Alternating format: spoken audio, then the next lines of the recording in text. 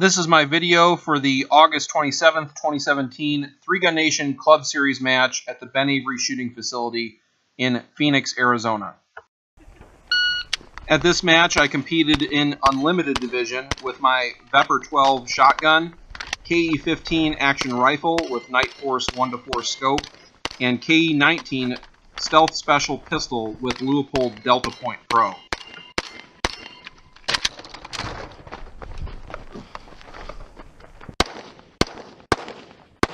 I was second unlimited on this stage and second overall.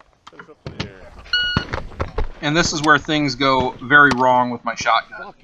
I'm using Herder's number 6 shot, ounce and 1/2 loads at 1400 feet per second.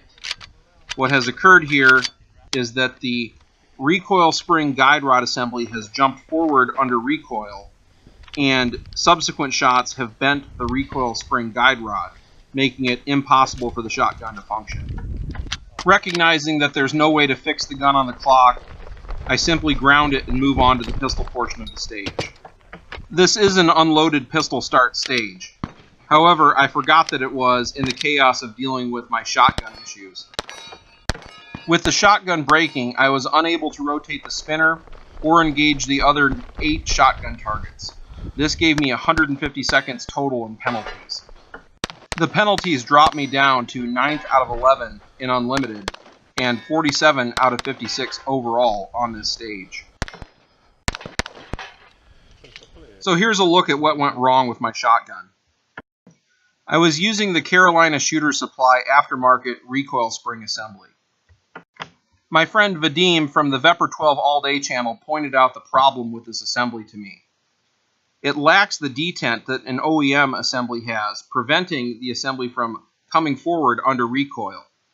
Because that detent is missing, the assembly came forward under recoil of the heavier loads, and every subsequent round fired damaged the recoil rod, bending it at an extreme angle.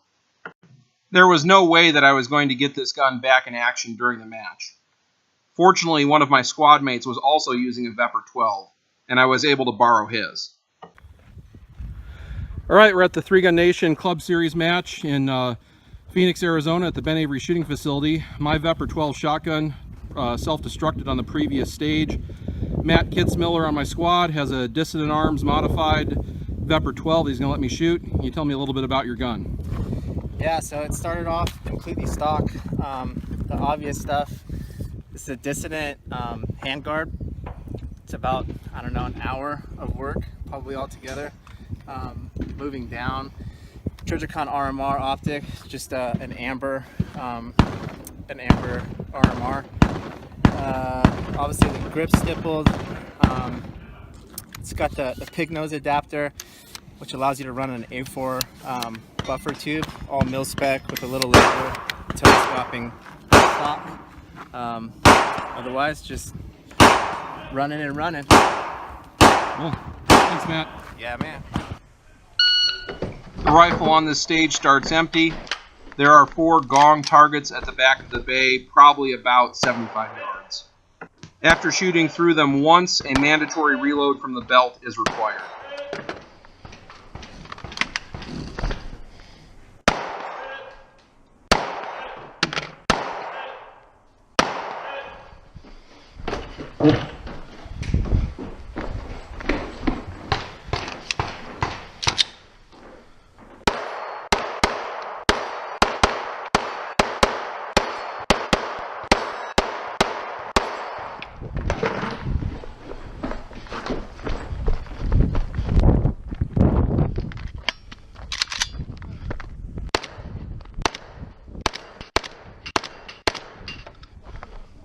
I was second unlimited and 4th overall on this stage.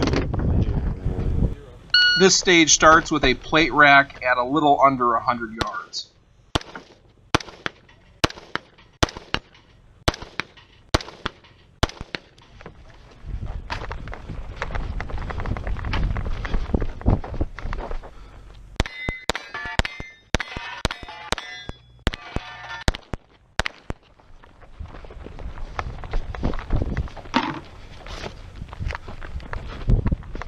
One slug hit is required, then there are 7 clays on the ground.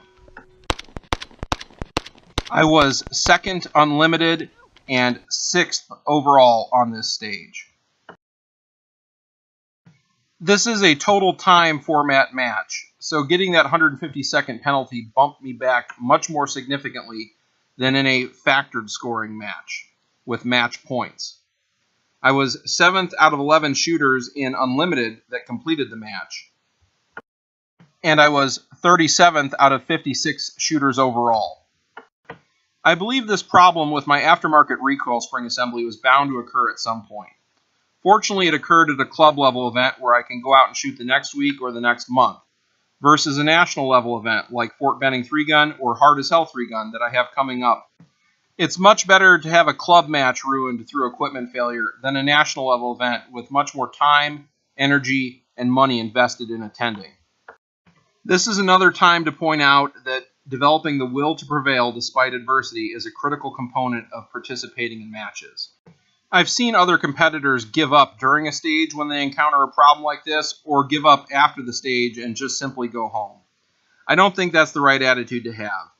You owe it to yourself to do your best regardless of what is happening with your equipment, and perform your best in spite of what has occurred. This is particularly true for shooters that are using action shooting sports to prove out their self-defense, shooting, and marksmanship skills.